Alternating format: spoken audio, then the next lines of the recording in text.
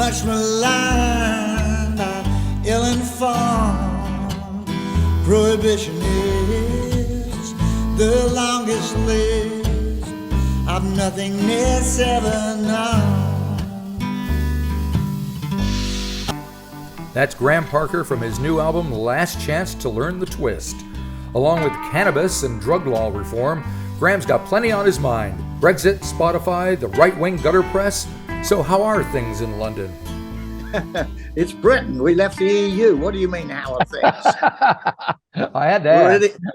Yeah, right. The only country in the world that's ever sanctioned itself. Right. Yeah, we're historic, man. Yes, we've made it into history. There you go. Yeah, I just ran into somebody earlier tonight who had just come back from England, and I asked her the same thing, and she's like, "It's just gone down the gurgler," she said. Well. Yeah, well, biggest self-inflicted wound in the history of the world, and the biggest con in British history as well, and they pulled it off. Thank you. Yep, that's a lot of help from the Russians. It was very good. It's pretty sweet stuff, man. Yep. Well, similar things are happening in other places, especially the States. Yeah. So, oh yeah, not alone, unfortunately. We're not alone. No, we are not alone. No, but otherwise, it's been. I live in a nice part of London, and I'm privileged, so I can pretend this isn't happening. Right. Okay. It isn't disastrous at all. I've got these. I can get sourdough bread. I can get great good cappuccino. I'm free. It's a wonderful world. But it's raining now. We've had some lovely weather. So, the British, we love to complain about the weather, but we haven't been able to complain too much. So we're even more grumpy. Right. But I don't, I never pictured you as somebody who puts their head in the sand and pretends things are fine. So, well, now you just have to now and again for your sanity. Right. You've just got to walk around with a big grin on your face, say, "Oh, isn't it wonderful?" Yeah. Right. Now, if I'm not mistaken, you've been somewhat outspoken about drug law reform. Is that correct? Yeah, well, I have, because Britain is, both major parties are hell-bent to continue, following and abiding by the ideas of Richard Milhous Nixon, a US president, and all that came with it. And they are very keen to keep this going, which is, you expect that from the conservatives. I mean, they're punishment addicted. And, they bred a country which is, like myself, victims of class system education. We're a bit slow on the uptake, we're a little bit slow. It takes a bit of the work, and most people aren't willing to work and learn anything. But as far as drug law concerned, the worst thing is Labour, the Labour Party. I think they've all got the memo that what it affects is the very people they claim to represent, right, which is generally people of color, and the working class, and those are the people who are targeted in the war on people, which is thinly disguised as a war on inanimate objects. Yeah, anybody with any sense would be against this kind of treatment of human beings and understand that we all use drugs, everybody. There's a place down the road, it's called a safe drug consumption room, or it should be, otherwise known as a pub. Right. I know I won't get contaminated goods there. I won't get bathtubs in. Right. And at the top of the list, every single time you want to see real research, the drug methanol, otherwise known as alcohol, deeply impairing drug that poisons every organ in your body when you drink it, it's drugs. That's what it is. We love drugs. I mean, I get up in the morning, I've got to have that cup of tea. Right. I've got to have strong tea with caffeine, and we're all on drugs, and and it's still continuing with this stitch up, really, of you've got to keep the stupids on board. Yes. And the stupid will not vote for the soft on drugs party. Right. So you're in a continual loop. And we have the right-wing gutter press here, which people think are newspapers still. They think they give you the news. They're run by very wealthy Tories who pay their taxes in other, France and in Europe. Australia. And Australia. Oh, yes, we have an Australian bloke who lurks around a bit. Yeah. His son's now doing the lurking for him, I believe, Mr. Lackland. Yeah. The old dirty digger. Yeah. Yeah. Anyway, you have to keep alert to this stuff, because I talk to people and they're clueless. They're clueless as to what's going on around them. So, as I say, I walk around here pretending everything's fine now and again, but that's because I'm privileged, you know. Yeah. Well, it's So, interesting. We live in the age of instant information. It's everywhere. Everything's at our fingertips, and yet still people, like you say, are clueless. How do you, I don't know. I don't know. Well, it's a lot of bad information as well. Yeah, it's very funny. Now, you're American in Auckland, eh? That's pretty cool. There you go. Believe it or not, I was born just outside of London. Oh, was you really? Yeah. Yeah. Yeah. I've talked to you before in the past. Aldershot. I've talked to you before in the past, right? Yes, a long time ago. Long time ago. Aldershot. Well, I'm from Deep Cut, which is part of the home of the British Army. Aldershot was my town. Right. When I was a kid, that's where my parents would take me before Camberley got developed, and Woking was like, oh, you just didn't go to Woking, so we'd go to Aldershot all the time, and it was, pretty grim. Yeah, well, I have no memories of it myself. I think I was 5 months old when they moved to the States, but here I am in New Zealand. Have you spent much time in New Zealand? Only touring, back in the 70s, I think. In the period, me and the Rumour were touring, wherever they wanted us and wherever we could go. Yeah, and it was great. We had a marvelous time in New Zealand. It was really fun. I think we were. It was like front page news when we played this theatre in Wellington, I think. Yeah, and I forget the name of the. Yeah, we played it, and the headline was, "You just can't dance" on this paper, Wellington paper.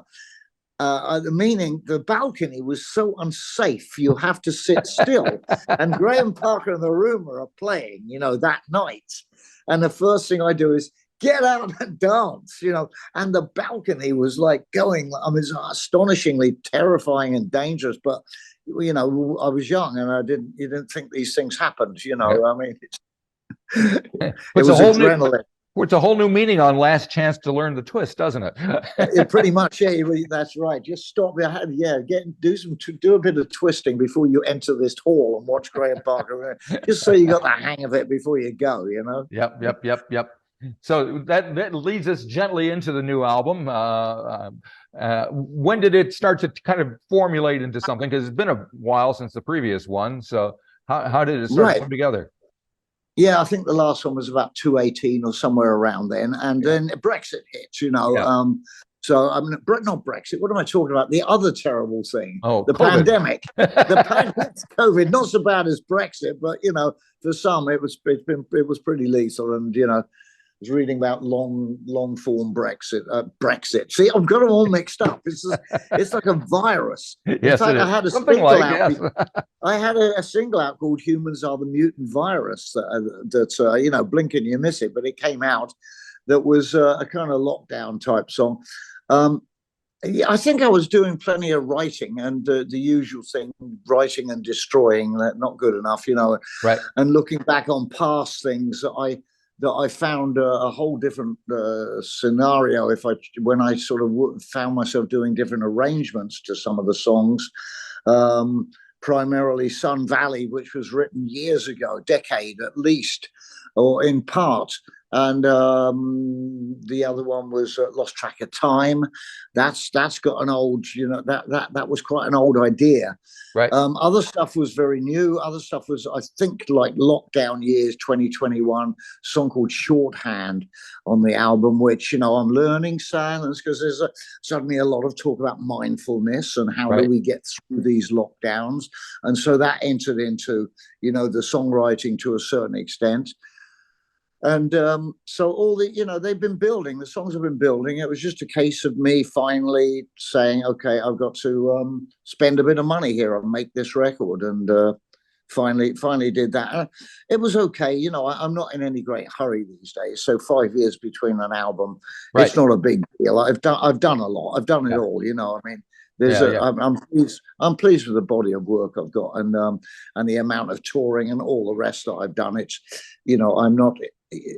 People expect me to continue to pop up all over the world, but I'm sorry. And I know there's real fans in Australia and New Zealand, I presume, but my long form flight days, I hear you. No, that's cool. I think I'm done, with that kind of stuff, unless some very wealthy person wants me to come and play in his living room for a great deal of money. first class flights, and I could build a tour around that That outside would the be cool. private thing. I'm sure there's a Murdoch, because he got no, He's got plenty of extra. Yeah, unfortunately, he's here. That's the problem. Yeah. He's not there. He's not in Australia. Well, yeah. How about Peter Jackson, filmmaker? Yeah, well, we'll get a hold of Peter. He made the Lord of the Rings, and he should have a few extra bucks floating around. Absolutely. There you go. Wetter, isn't it? His company. Yep, guy in Wellington. Yep. Giant, great bloody thing, whatever, grasshopper thing. Oh, terrifying animal. The place is covered in them. Yeah, it's so I think it's interesting that you say you decided to spend some money and make a record, which is kind of the way it is, unfortunately, these days, but it's not the way it used to be, was it? I mean, back in the day, you used to make a record to make money and then to tour off of it, but everything has changed and everything's kind of backwards.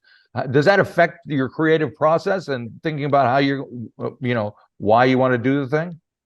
Well, that's a good point. It's sometimes I feel a bit grim about it, a bit gloomy, because as I said to someone the other day, it's a waste of my money, but it's not a waste of my time. Yeah. So I think that's the important thing I've got to look at. Every day, it's not a waste of my time. What do I do with songs like We Did Nothing and Music of the Devil? What do I do? Play them solo and on an iPhone and say, let's put that out, because it's ridiculous putting out money when Daniel Ek, the guy who runs Spotify, is a billionaire. Yep. And I get $120 for 200,000 streams.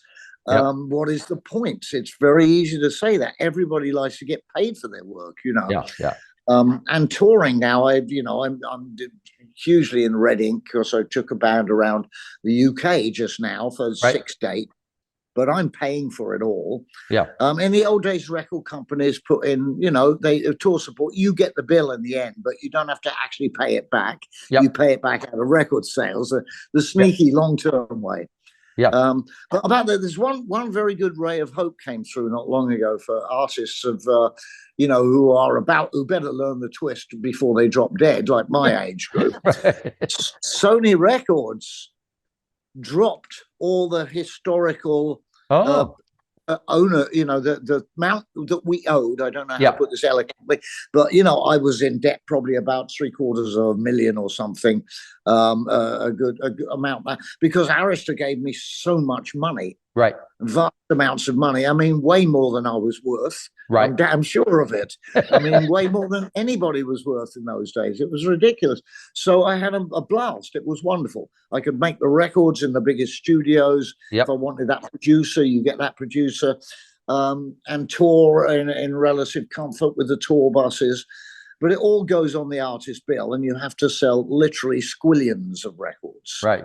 So you're with you're with a label called Big Stir now. Are they significant in any way? Do we need to know anything about them? Well, I didn't know anything about them. You see, I'd got this record, and what I'm going to do is go to indie labels, even though not too many years ago, me and the Rumor had a little re-jump with Universal on a record called Mystery Glue, our second revamped, Rumor version, our second go around after 30-something years when we reformed. Yep. But Big Stir, I sent this the album when it was finished. I did it all, finished, do the mixing, that's it, hand it to someone, say, hey, what do you want to take this? And there was a couple of labels, indie labels, that are more prominent, or one of them at least, much more prominent than Big Stir, who I never heard of. And they were sort of saying, well, we've got 5 albums out this year, we love it and all this. And the other one said, could we pare it down to 10 songs? I said, that sounds like a sampler. I made an album, 13 songs and a spare one. No, you can't. We're done.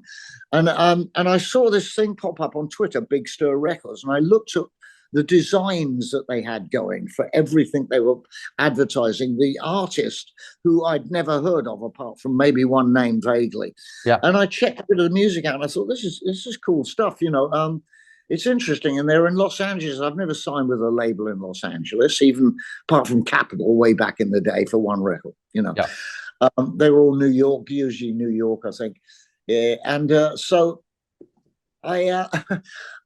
I tapped them up and they said, yeah, we'd love to listen. So they were very excited about having someone like me on board, the Cool. alleged legend in his own Yep. mind.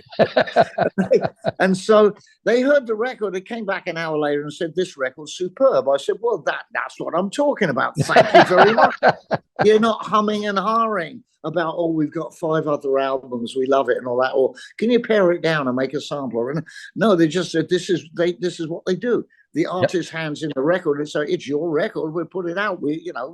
We're fine with it. So of course, that's what I've always done, even when I was with the major labels, never get their hands on it. We've always done it. That was one thing Dave Robinson, my first manager, instilled. We'll do the record. You give us the money, we'll do the record. Right. We'll hand it in. It'll be either good or great, depending on the break. Yeah. So that's always been the attitude. Cool. Now I want to touch on a couple of tracks. One called Pablo's Hippos, which I find fascinating. Of course, I had to Google all about Pablo Escobar and his little zoo keeping exploits. Pablo's hippos are the living memory, basking in the river like dead-eyed centuries. Pablo's replacements do not care. Business is booming under the hippos' dead-eyed stare. I wrote it and I thought, well, that's never going to make the cut. I mean, it's so far out in its composition and its rhythmic style. It's not really, I'm stretching a bit here and we explored it a bit and it wasn't really making the cut. And then Jim, the drummer, came up and made a suggestion to me about my guitaring, which normally I would say, you juiced weasel, get out of my hair, telling me what to play on guitar. I was playing sort of filling in the groove as I do. And he said, just try us one stroke. So it went boom, boom, boom, which made it very difficult to sing to. But I thought, this has got something. Then I added this funky guitar in there and Martin had already done his bit. Yep. And somehow, when I added this funky guitar, a little electric, hold it together. It like went boom. It's like, this is great. But the song is, again, it's another war on, inanimate objects song, really. Yep. Because, Pablo Escobar, notorious cartel leader, and the song is pointing out, really, I take it from the view of two people I made up, Juanita and Chucho, and they go down to the banks of the Magdalena, which is now infested with hippos, which shouldn't be there. Right. And they love it there. They should not be there. They're wrecking the environment for the giant river otters and porpoises. There's those whatever the Irrawaddy porpoises that live in fresh water. Right. I mean, they poop everywhere. And it's like they just shouldn't be there.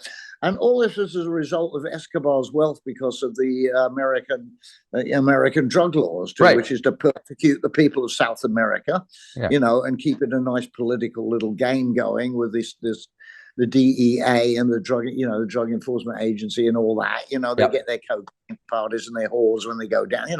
All this scamming going on, and the people are the ones who are the recipients of all this. Of course, the real people who suffer with the gang wars. Because when you make drugs illegal, you create a black market instantly. Right. It's the same thing in New Zealand. We have gangs here, and it's all driven by illegal drug trafficking. That's how they make their money, and nobody seems to put 2 and 2 together, going, well, if you legalize the drugs, they wouldn't have anything to sell, and and people are going to use them anyway. At least they know what they were getting. But there you go. That's exactly the same thing. So I was doing it, writing that song from the point of view of Juanita and Chucho, saying they really missed their days at Hacienda Nápoles, where they were looked after by Pablo and his people. They got paid. They had a good job. I mean, okay. Nobody's saying that you might not get your hair mussed a bit. There was the violent killings, and they boil their enemies and have parties. It definitely, but that's part and parcel of a cartel and the black market. And here you are, we gift you this wonderful thing. You sell the cocaine. Yeah, you do it because we're too scared to admit that this could be handled decently by decent humans. We won't admit that because it works out better for governments to have it.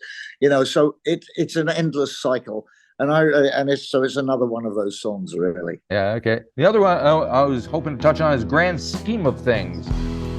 Everybody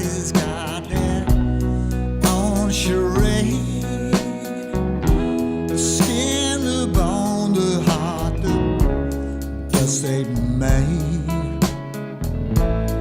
I was thinking that I got it made. In the grand scheme of things. Well, my big in the younger days, Otis Redding was the one who got me. Of course, who has the most intense voice. Yeah. That somewhat came back into me when I was, in my mid-20s and my career started, the intensity of Otis Redding's delivery. And I never had the vocal chops to be able to sing like a Sam Cooke anyway. He wasn't my favorite, but over the years, I've got to appreciate, those kind of singers more and more. Like Smokey Robinson, the softer, the most beautiful voices, Sam Cooke. And that song, I also thought of Percy Sledge, When a Man Loves a Woman, with some of the chords as well. That kind of approach. And the fact that the song, again, this is another one I had for about 10 years. Absolutely, yes, I had this for a good while, but never managed to pull the trigger on it until I wrote what became the first part of the song, which is totally different from the next parts, right? Where it goes into that Otis Redding guitar riff, dum dum dum down dum dum dum. It goes into that. I've been loving you too long. That bit, I know that kind of bit. But the bit before, where do we stand in the ground? That was an alien thing to me, and it was like, oh my God, it works. You just do that, and you start the song with that, and then you stop, and tick, tick, tick, tick, and even slow it down, dum dum dum, and you do the. I was thinking that I got it made. You've got a whole different thing. You got a bit of the Sam Cooke and a bit of some strangeness there, and I'm very pleased with this album. I mean, I should pat myself on the back now and again. I've been doing this a long time, and I'm always pleased with the albums. I always know I put out the best I can at a certain time. But this is like, it feels like the best I can at any given time, anywhere in my career. I mean, I'm very, very pleased with it. Very gratified that people like yourself and others are good enough and kind enough to say, this is all right. This is good stuff, man. And simultaneously, you seem to be doing, 40th anniversary issues of your old stuff. Does that have any impact on you now? Do you look back at those things and go, that wasn't too bad, or we could have done things differently, or what was going on? Well, I would never want to remake an album. There was this, I think Squeeze did that, Spot the Difference, wasn't it? Yeah. Because then they get all the royalties instead of the record company. Well, Taylor Swift's doing that right now. Yeah. Yep. Well, she's not really rich enough, I guess. I don't know. Apparently not. There's a few more fittings she needs for her many bathrooms. I don't know. But I couldn't do that. The artistic, it would drag me down. And of course, I did it for Squeezing Out Sparks because I did it, I thought, solo, do the whole thing solo. Right. I'm not get the rumor back in the studio or anybody else to redo Squeezing Out Sparks like it was. It's perfect as it was, with faults and all. They're all perfect, faults and all. They're all what they were. They're a document of right then and there. Even if you look back and say, I don't like that so much, but whatever, it doesn't matter. They're done, and I'm proud of all of them. So I'm not going to look back and, occasionally I don't like the production of Heat Treatment I don't like that way of producing. But I learned a great deal from Mutt Lange doing that album. I learned a great deal, and people love it. It is what it is, and it's from 1976. Two albums in the same year, and the only way to celebrate these, for me, is to play the songs on stage, solo or with bands, whatever it is I'm doing, and maybe do what I did with Sparks, do a few more of these anniversary type albums with just me and a couple of guitars in the studio. Yeah. Well, I think my favorite album of yours is Mona Lisa's Sister, so that should be due for an anniversary of some sort. Is there? Whoa, no, 88. Wait a minute, slow down here. Okay, well, I'm getting ahead of myself, but I better get out. I better try and learn. I did learn the twist in the day. Maybe it's time for the Watusi. What do you reckon? Yes. I'll get that under my belt before I'm on the deathbed. Yeah, man, come on. Very good. Or the Funky Chicken. Why not? So there's a lot of arm movements. You might not have to move your feet too much. I don't know. Was that Rufus Thomas, wasn't it? The Funky Chicken? Rufus Thomas, because it's a bit of a dance craze. Dance craze didn't quite catch on because it's really ungainly. There's a lot of buck involved. Yeah. The funky chicken. Oh, great. Hilarious. Very good. Well, this is awesome. So you're going to be another 5 years before the next one, you think? Oh, I don't know, man. I'm pushing 73. I think I might be really hedging my bets there if I'm waiting around for 5 years. I don't know. All right. Yeah, I'm at that point at the moment where the guitar sits on its stand after the tour and I'm not touching the thing. Yeah, it's like, it's looking at it, it's starting to look threatening. It's starting to look, like, what do you think you're doing here, pal? And I'm like, no, sorry, I'm chilling. Okay, that's it. I'm watching Netflix. I'm doing emails. Just get out of my hair. But I don't know. I'll have to. It's a tough one, isn't it? Really, because. Yep. All right, very good. Songs don't grow on trees. They never did. But I could write a lot more of them and a lot faster back in the day. Oh well. Can't complain. Well, we'll see if we can talk to Peter Jackson and Rupert Murdoch, get them together and get you down here. But in the meantime, keep on large trucking. sum of money for a private show, and then I can build a few gigs around it, playing solo around, Yep. Otherwise, I'm sorry, and I love you all there. And I was recently, somebody showed me all my chart positions in Australia, actually, which is just across the water there from you. And we like to say across the ditch. The ditch. You got a bit of a ditch there. It's a pretty quick flight, isn't it? Yeah, you can practically swim it. Do people swim it? No. No. There's too many sharks. Yeah, you got the old after darks, and you got to watch out for the old after darks, the Joe Blakes, and Well, anyway, we'll see what happens. I don't, it's you can't predict, but I'm pretty happy with where I am. But it's with my recording output, my touring output, and everything, I'm pretty good with it. But it's gonna bug me if I don't get down to working on some songs and head towards the next record, head towards it in bits and pieces. But otherwise, tonight I'm going to have an Indian dinner with Brinsley Schwartz and Martin Belmont. That sounds like a plan. That's a plan, man. I like it. Very good. Well, say hi to him for me. I will do. Marty says hi. Exactly. Great dude. American accent, lives in Auckland. Go figure. Lovely bloke. Yeah. All right. Well, thank you very much for taking time to talk to me. And keep on trucking. That's all you Hold do. on. Wait a minute. I've got to show you something, mate. Okay. Hang on. Oh, great. Yeah. Got to show you this.